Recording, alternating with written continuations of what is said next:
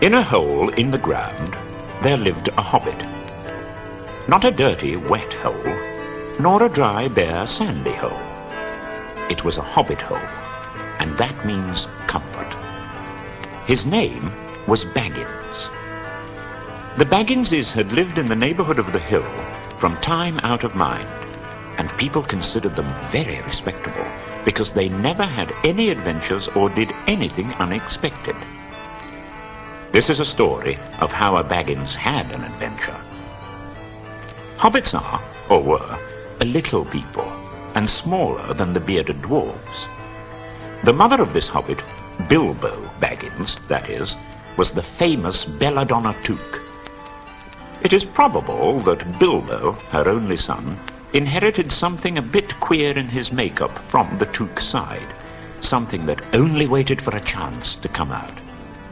That chance never arrived until Bilbo Baggins was grown up and was standing at his door after breakfast one day, smoking an enormous, long wooden pipe, when Gandalf came by. Gandalf. Tales and adventures sprouted up all over the place wherever he went.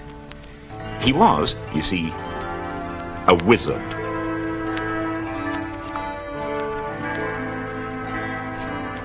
"Good morning," said Bilbo.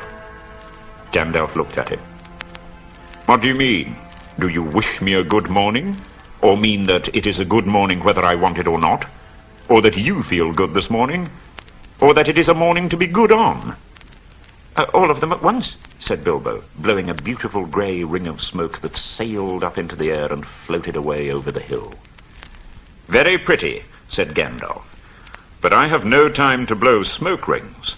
I am looking for someone to share in an adventure, and it's very difficult to find anyone." "I should think so, in these parts. We're plain quiet folk and have no use for adventures, nasty, disturbing things. We don't want any adventures here, thank you. You might try over the hill or across the water." "Let me see, I don't think I know your name." Gandalf's eyes sparkled. "But I know your name, Mr. Bilbo Baggins. And you do know my name, though you don't remember.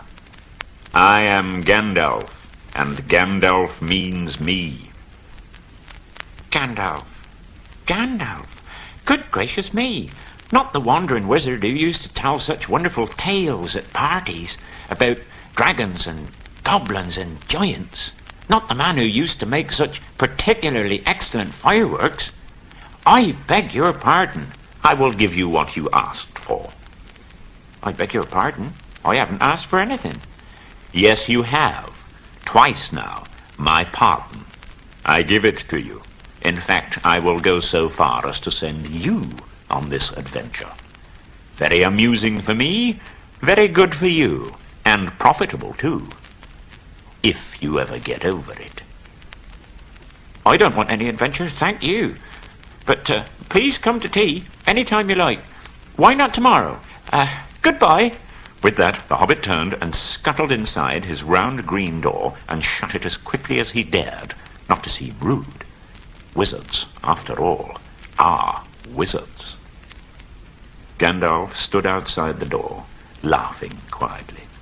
Then, with the spike on his staff, he scratched a queer sign on the hobbit's beautiful green front door. Then he strode away.